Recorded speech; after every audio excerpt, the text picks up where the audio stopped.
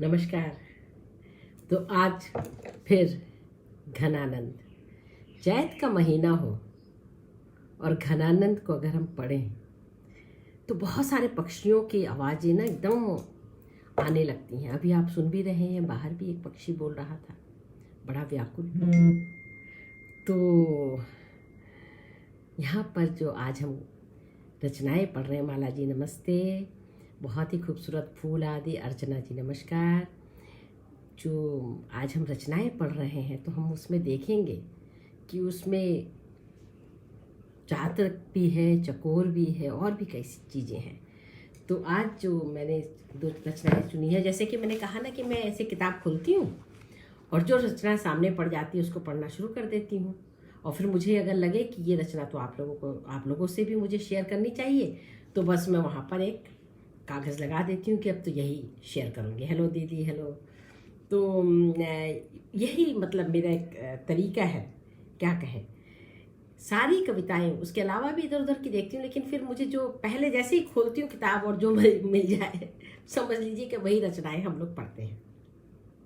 तो आज जो है उसको सुनिए।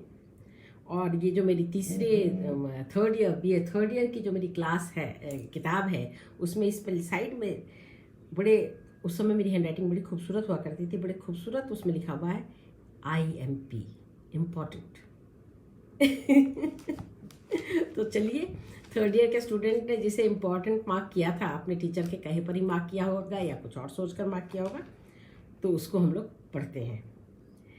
चातिक चुहल चहु और चाहे स्वाति ही को। अब इसकी जरा ध्वनि की और जो इसमें गूंज रहे हैं जो शब्द हैं और जिस तरह से प्रयुक्त हैं, उनके जरा अनुगूंज को, उनकी गूंजों को सुनिए। ऐसे सचमुच में अब एक चिड़िया बोली, ऐसे लगा कि सचमुच में ये सुनकर के बोलने लगी। चातिक चुहल चहु और चाहे स्वाति ही को, सूरे पन पूरे जिन्हें विष सम अमी है। प्रफुल्लित होत भान के उदोत कंज पुंज, ताबिन विचारणी ही ज्योति जाल तमी है। चाहो अनचाहो जान प्यारे पे आनंद घन, प्रीत रीत विषम सु रोम रोम रमी है। मोही तुम एक, मोही तुम एक, तुम्हें मौसम अनेक आहें, तुम्हें मौसम अनेक आहें, कहा कछु चंद ही चकोरन की कमी है। क्या किसी चांद को चकोरों की कमी है? चकोर के लिए एक चांद होगा भाई, लेकिन चांद के लिए तो अनेक चकोर हैं। और मेरे समान मौसम अनेक आही, मोही तुम एक, मेरे लिए तुम एक ही हो। अब जो कहानी है सुजान और घनानंद की, उसके हिसाब से तो बिल्कुल सही बात है। मोही तुम एक, तुम्हें मौसम अनेक आहे, मेरे लिए तो तुम एक ही हो, अकेले, एकमात्र। लेकिन मेरी तरह तुम्हारे पास अनेक है। कह रहा है कवि ये बात, हम पीछे से कविता जो है अंतिम उससे पढ़ रहे हैं। कह रहा है लेकिन मन ही मन सिहा रहा है कि भले ही मैं ये कह रहा हूं कि मौसम अनेक तुम्हें, मेरी तरह तुम्हारे पास अनेक होंगे, लेकिन सुजान यह तुम भी जानती हो और मुझे तो मालूम है ही कि मेरे समान वहां कोई ना होगा। मैं तो अपने आप में अनोखा हूं। तो इस अनोखे कवि को हम लोग पढ़ें। चातिक चुहल चहु और चाहे स्वाति हो ही को। ये जो चुहलबाज, जो बहुत ही मतलब उस तरह का व्यक्ति है जिसने अजीब किस्म की प्रतिज्ञा कर रखी है, चातक अजीब जो है, उसने अजीब प्रतिज्ञा करने वाला, बहुत ही अजूबा जो है वो चातिक चहु और चाहे, चारों ओर उसको सिर्फ और सिर्फ स्वाति नक्षत्र में जो बारिश हो रही है उसकी बूंद चाहिए। ऐसा उसने अजीब सा वो कर दिया है, प्रतिज्ञा ले रखी है इस पागल चातक ने कि उसे हर समय एक ही चीज सूझती है और वह है स्वाति नक्षत्र के जल की बूंद। हम सब जानते हैं कि अगर हम प्रेम कर रहे होते हैं, मैं प्रेम में पढ़ना, प्रणाम माने, प्रेम में पढ़ना शब्द मुझे बहुत ही खराब प्रयोग लगता है। उसमें ऐसा लगता है जैसे आदमी गिर गया हो किसी गड्ढा में। प्रेम में पड़े हैं, आजकल इसका बड़ा प्रयोग हो रहा है, प्रेम में पड़े हैं। अरे प्रेम में पड़े हैं तो तब बड़े लोग कहा करते थे, या वो लोग जो कि प्रेम को अच्छी बात नहीं कहा करते थे, कि देखो बेवकूफ को प्रेम में पड़े हैं। अब हम लोगों ने उसे सहज मान लिया है, प्रेम में पड़े, मानो गोया बहुत ही बेवकूफ़ी का काम हो गया ये तो, या कोई इसी गड्ढे में गिर गए हैं हम लोग। तो मैं हरदम ये बोलती हूँ कि प्रेम, हाँ मोहन जी नमस्कार मैं हरदम कहती हूँ कि प्रेम कर रहे हैं, करना प्रेम एक बहुत ही ऐसी सक्रिय दिमाग से, दिल से, सब चीज़ से सोच समझ करके और पूरे शरीर, पूरे रोम रोम से करने वाला काम है प्रेम भाई। वो गड्ढे में पड़ जाने वाला काम नहीं है। तो इसीलिए मैं कहूँगी जब चातक को चारों तरफ जब हम प्रेम कर रहे होते हैं किसी से, तो आप तय मानिए, अपने अपने अपने उन दिनों को याद कीजिए जब हम लोग सचमुच में पहले प्रेम कर रहे हैं किसी से। सोते जागते, खाते पीते, उठते बैठते, छवि एक ही की है, और वो बहुत महत्वपूर्ण हो जाता है कि आपका चित्त वहाँ रम जाता है। इसीलिए प्रेम लगभग साधना की किसी चीज़ है, आपको कुछ और सोचता ही नहीं। कैसे मिले, कब मिले, उसने क्या कहा, उसकी इस बात का मतलब क्या हुआ, मैंने उसको ये कह दिया, उसने बहुत नाराज हो गया होगा या हो गई होगी वो, तो मुझे ऐसे बात नहीं करनी चाहिए। कितनी तरह की बातें हमारे दिमाग में सारे वक्त, अगर मैं ये कपड़े पहन लूँ तो कैसा लगेगा, और ये मैं अपने निगाह से नहीं देख रही कि कैसा लगेगा, उसको कैसा लगेगा।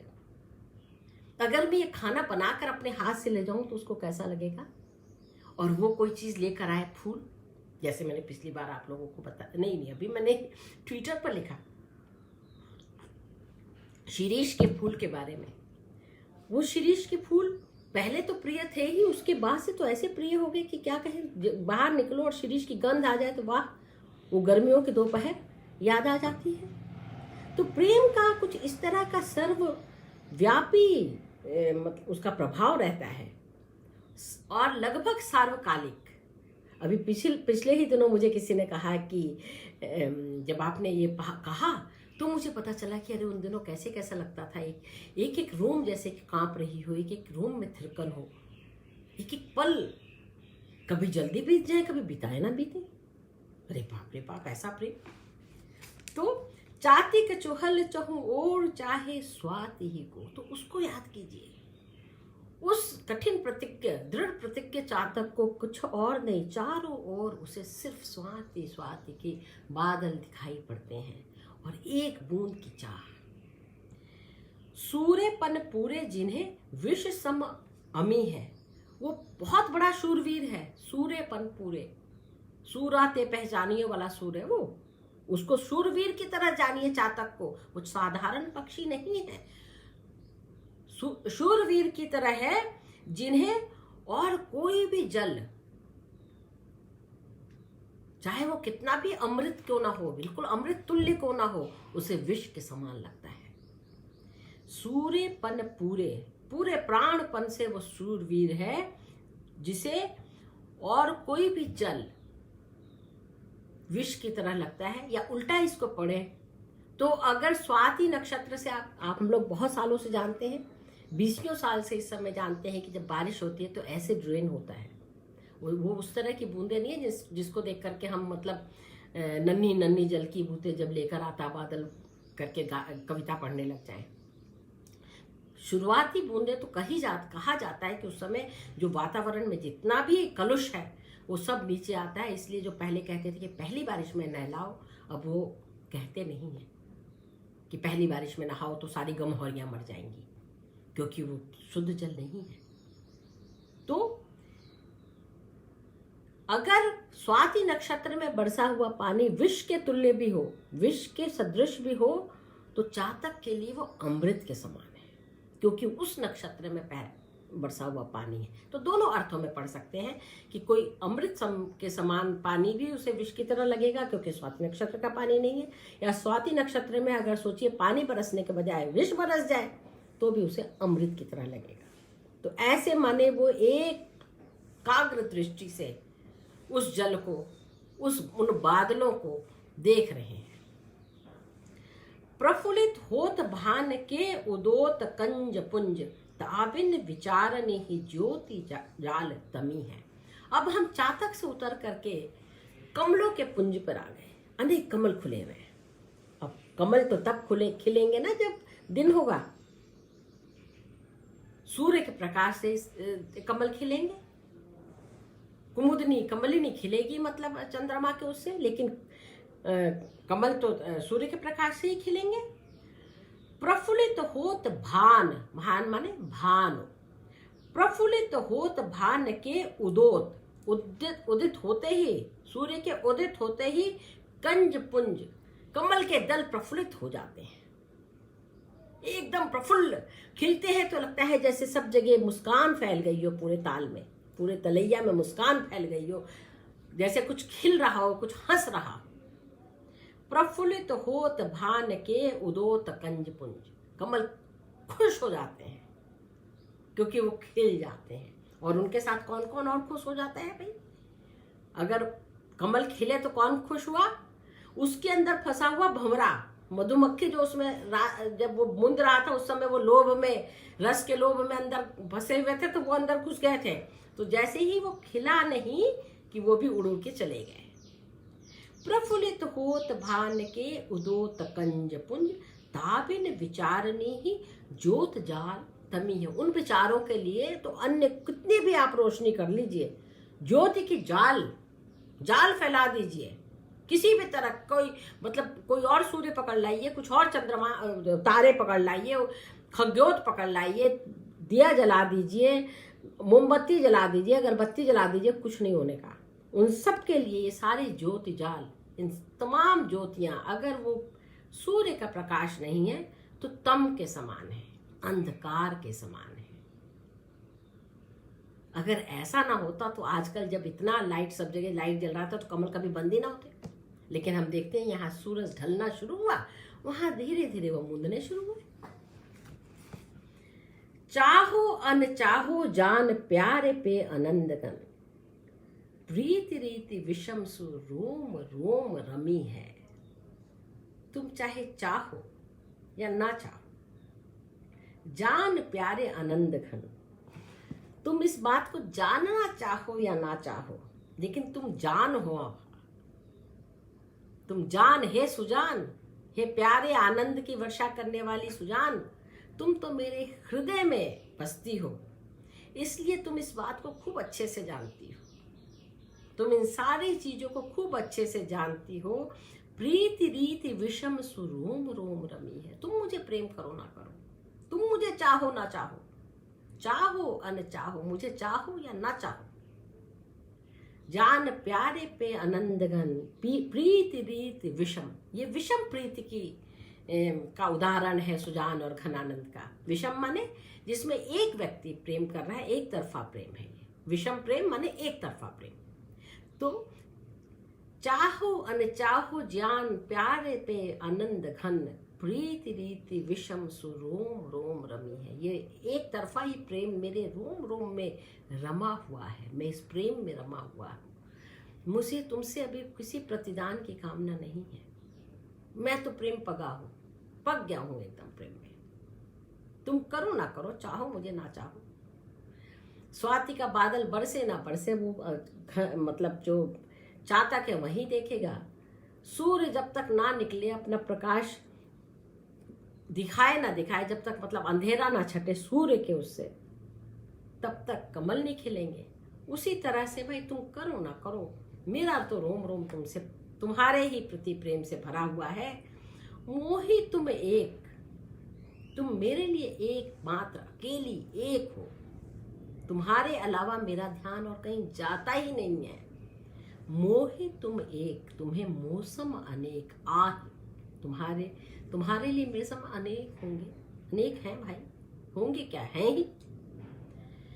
कहा कछु चंद ही चकोरन की कमी है, क्या चांद को चकोरों की कमी है। चकोर चांद को टक टक टक टक निहारता रहे, बादल छा जाए तो उदास हो जाएगा कि अरे कहाँ छिप गया चांद। दिन में चकोर सारा दिन उदास रहता है कि शाम हो तो चांद हो, लेकिन वो पहली का चांद जो जरा से निकल के जाने का लोग बोलते हैं कि उसको देखना बड़ा शुभ होता है, मैंने तो आज तक नहीं देखा। द्वितीय का चांद ही हम लोग अमूमन देख पाते हैं। तो द्वितीय का चांद चाहे इतना सा निकले हंसिए की तरह छोटा सा, या पूरा पूरा गोल खूबसूरत निकले, चकोर को इससे मतलब नहीं है कि वो आधा अधूरा है या पूरा है, वो तो बस देख रहा है उसे, और मावस की रात काटनी उसके लिए मुश्किल।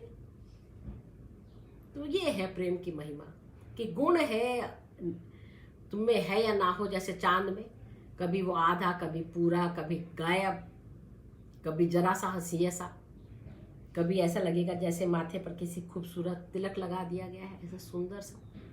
तो ये जो हम अमूमन शिव जी के उस पर देखते हैं तो खूबसूरत चांद जो देखते हैं कितना खूबसूरत दिखता है, तो ऐसा चांद। तो भाई उसको चांद से मतलब है, उसके गुण से मतलब नहीं है कि चांद कभी आधा पूरा हो रहा है, कभी घट रहा है, कभी बढ़ रहा है, कभी कुछ हो रहा है, उसको उससे कोई मतलब नहीं है, बस उसको चांद से मतलब है। और चांद को क्या है, कई चकोर है, वो कहाँ कहाँ ध्यान दे भाई, उसको क्या मालूम कि कौन सा चकोर उसको कैसे एकटक देख रहा है। तो यह है प्रीति की, विषम प्रीति की रीति, जिसके अन्यतम कवि हैं घनानंद। तो एक तो हम लोगों ने यह पढ़ा, चातिक चुहल चहु ओर चाहे स्वाति ही को, सूर्य पन पूरे जिन्हें विष सम अमी है, अमी माने अमृत, प्रफुल्लित तो होत भान के उदोत कंज पुंज ताबिन विचारनी ही जोत जाल तमी है। चाहो अनचाहो जान प्यारे पे आनंद घन, प्रीति रीति विषम सुरोम रोम रमी है, मोहि तुम एक तुम्हें मौसम अनेक आही, कहा कछु चंद ही चकोरन की कमी है। अब ये दूसरा वाला तो जरा सा और देखिए क्या बात है इसमें। और इसमें पहले उसमें जान ज ज ज ज ज देखिए, जीवन हो जिए की सब जानत, जीवन हो जिए की सब जानत, जान कहा कही बात जतइए, जो कछु है सुख संपत्ति सौंज, तू सुनैसिक ही हंसी देन में पइए, आनंद के घन लागे अचंभव, पपीहा पुकारते क्यों अरसइए।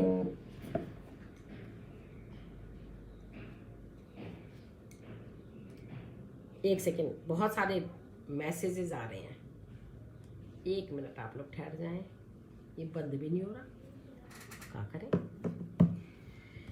फिर से पढ़ते हैं, जीवन हो जिय की सब जानत, जान कहा कही बात जतइए, जो कछु है सुख संपत्ति सौंज सु, नैसिक ही हंसी दैन में पइए, आनंद के घन लागे अचंभव, पपीहा पुकारत क्यों अरसइए, प्रीति पकी अखियां ने दिखाए के, हाय अनीत सु डीठी छिपइए।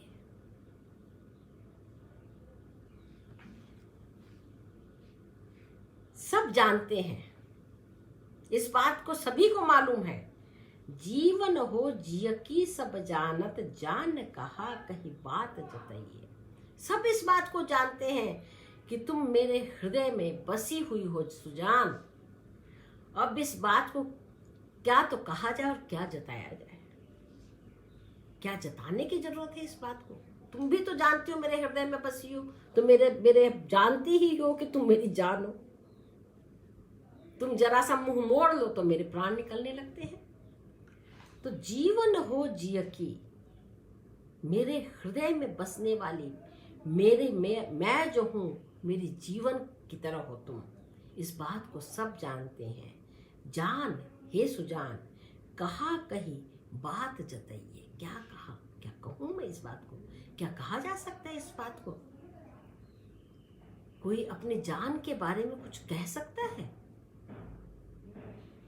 उसके बारे में तो कुछ कहा ही नहीं जा सकता। वो तो गूंगे का गुण है, जैसे गूंगा खाता है और मुस्कुराता है, उस तरह से है मेरा प्रेम तो, कि बस मैं देख देख करके मगन हुआ रहता हूँ। बहुत मगन हो जाता हूँ बस यही जान करके कि मैं तुमसे प्रेम करता हूँ और तुम मेरे हृदय में बसती हो। यह बात जानने के मतलब ये बात मुझे जैसे जीवन से भर देती है कि तुम मेरे हृदय में बसती हो। जो कछु है सुख संपत्ति सौंज, सुनैसिक ही हंसी दैन में पई है। तुम जरा सा मुस्कुरा दो, जरा सा मामूली सा मुस्कुरा दो, तो उस मुस्कान में ही सारी सुख संपत्ति है। धर्म अर्थ काम मोक्ष उसी में समाया हुआ है। जरा सी तुम्हारी किंचित मुस्कान में सुख संपत्ति सौंज, सौंज माने जो शरीर को सुख देने वाले हैं, और बाकी अनेक सुख। इसीलिए मैंने कहा धर्म अर्थ काम और मोक्ष का जो सुख है उससे मिलने वाला जो सुख है वो तुम्हारी जरा सी हंसी में, जरा सी मुस्कान में तुम जो दे देती हो, मुस्कान देख करके मुस्कुरा देती हो, उसी से बस मुझे तो उसी में सारे सुख प्राप्त हो जाते हैं। आनंद के घन लागे अचंभव, पपीहा पुकारते क्यों अरसइये। अरे तुम तो आनंद बरसाने वाली घन हो, तुम तो घनानंद हो, जिससे जब भी बरसेगा आनंद ही बरसेगा। ये सारी पोइट्री, अधिकांश पोइट्री इसमें जो है वो हम देख रहे हैं कि वियोग की कविताएं हैं, विरह की कविताएं हैं, लेकिन इनको पढ़ने से कितना आनंद आ रहा है। और इसीलिए घनानंद नाम सार्थक हो जाता है कि जब भी इसमें से कोई बोल फूटेंगे इस कवि के मुख से, इसकी कलम से कोई शब्द निकलेंगे, वो आपकी आत्मा को, आपके मस्तिष्क को आनंद से भर देंगे, आपके हृदय को आनंद से भर देंगे। बहुत सटीक नाम आनंद घन, घनानंद। आनंद के घन लागे अचंभव। मुझे तो बड़ी हैरानी होती है, हे सुजान तुम आनंद बरसाने वाली घन हो, तुम जब तुम बरसोगी तो आनंद ही बरसेगा सुजान। तुम आनंद घन हो, यानी कभी हर पारी आप ये देखते हैं कि वो आनंद घन, जब भी बादल की वर्षा होगी तो वो सुजान ही है जो आनंद घन है। यानी कभी अपने आप को सुजान बता देता है, कभी स्वयं एक ऐसा व्यक्ति बन जाता है जिसकी अपनी कोई वो नहीं है। वह सुजान भी सुजान है और आनंद घन भी सुजान है। मेरा तो अपना कुछ है ही नहीं, जो कुछ है वो सब तेरा।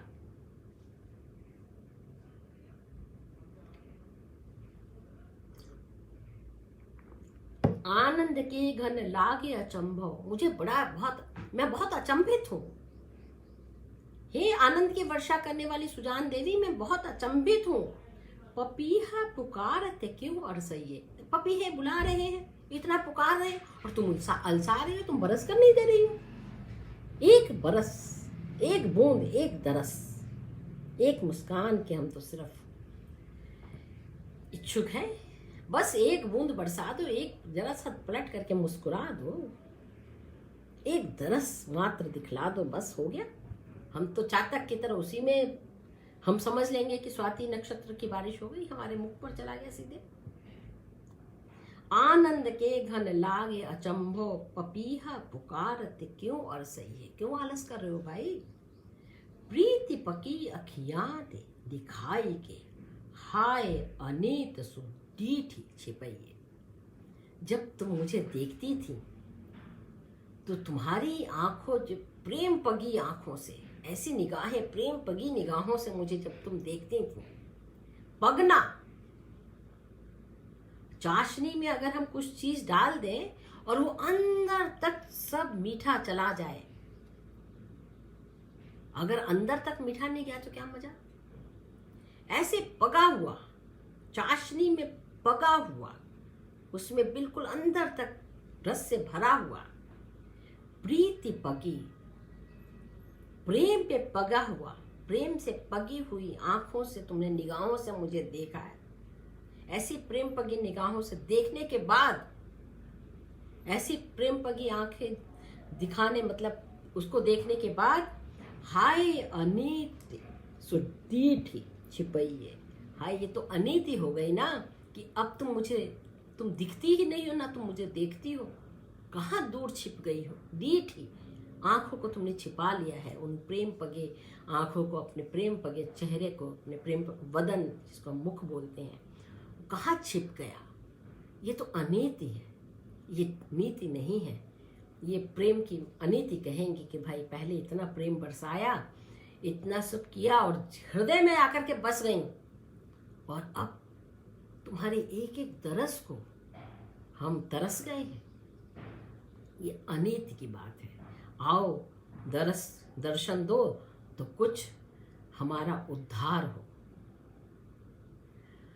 तो मुझे हरदम ऐसा लगता है, आप लोगों को सच कहूँ, कि प्रेम की इतनी गहरी बातें और बातें एक सुंदर कविता में, जिसमें ऐसा नहीं कि हम लोगों ने वो पढ़ा था मीन के मछली के प्रेम को और इन सब चीज़ों के प्रेम को हम लोगों ने पढ़ा था।